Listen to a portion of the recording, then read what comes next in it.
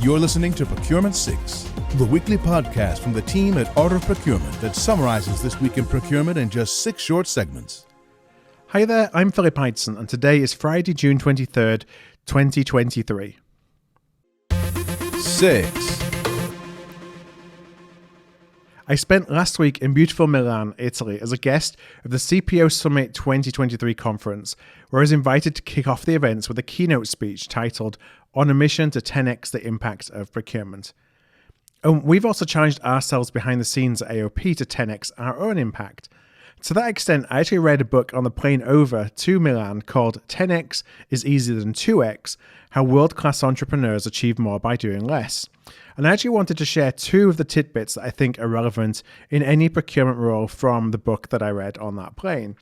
First is, do you have any 10x relationships?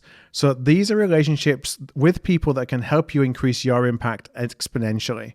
This could be a mentor, a senior executive in your company, or someone on the outside. If you don't have one, what can you do to find one? So for example, I found a 10x relationship by cold emailing a professional football club owner suggesting we should do a podcast together. We did that, and he's played a large part in my business and the growth of AOP just behind the scenes over the last few years. Now, I'll share the second tidbit later in the show. 5. This week on the podcast, I spoke to Andrew Daly, the Managing Director of Digital Procurement and Supply Chain Practice at Edbury Daly, a specialist recruiting consultancy formed back in 2005. Now, Andrew has been participating in a number of conferences this spring, and so, among other things, we chatted about one of the biggest challenges that procurement leaders are facing today, the digital literacy of their teams. As part of this speech that I gave, I looked at the data that's out there about the investment in digital skills and where we're at. And the short summary is that really most CPOs don't feel they've got the capability in their teams right now to embrace this new generation of tech-enabled procurement. But also the thing that concerns me is that actually there's not appears to be a great deal of emphasis on training and developing or even recruiting for those skills yet. And I think the harsh reality is that for a lot of CPOs, they've just got other priorities. They've got other needs within the business that they have to put over and above that upskilling of their teams to embrace the use of digital tools. And so that, if there was a piece of work done by EY, I'm just going to look at the data now. So they told us that in the next 1 to 3 years, 66% of CPOs will prioritize some form of digitization of their functions.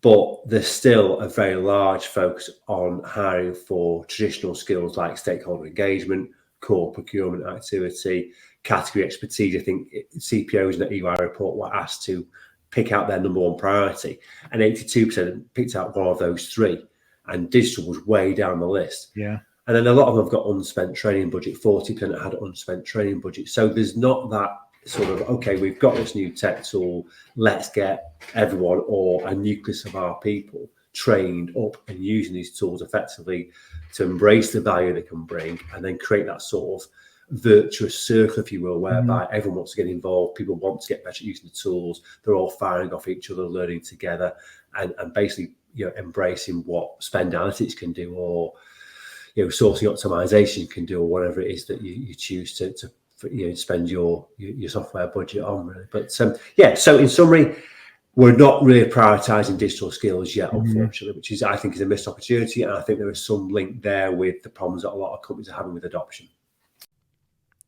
Most times, we look towards the software provider for answers on why tools are not adopted at the levels planned for, but could the answer also lie in the digital literacy of your own teams? 4. Regular listeners will know that every month, Chief Executive Magazine publishes a CEO Confidence Index as a barometer of the current challenges and opportunities on the mind of CEOs. And in June 2023, CEO confidence rebounded to its highest level since March 2022, measuring a 6.59 on a 10-point scale. The report stated, While there remain serious concerns over key economic indicators such as inflation and tight labour, geopolitical uncertainty, and the volatility that is likely to stem from the upcoming election year, CEOs say demand hasn't slipped as much as they anticipated. Most report their companies are still growing, albeit at a slower pace than before, and few expect a long recession, if any at all. This is Procurement 6 from Art of Procurement. To get notified every time an episode is published, go to artofprocurement.com/subscribe. 3. Earlier in the pod, I shared the first of 2 tidbits from the book 10x is Easier Than 2x, How World-Class Entrepreneurs Achieve More by Doing Less. My first tip was related to building 10x relationships. My second is this. Ask yourself, what are the 20% of the actions that are leading to 80% of your results? Take a deep dive into how you are creating value for those around you. The goal being to find a way to get that 80% of actions leading to 20% of your results off your plate. And if you're not in a leadership position, this may require a conversation with your leadership. But the reality is that that's going to be the same 80% that your colleagues are doing as well. And that's perfect for an outsourcing or an automation initiative. 2.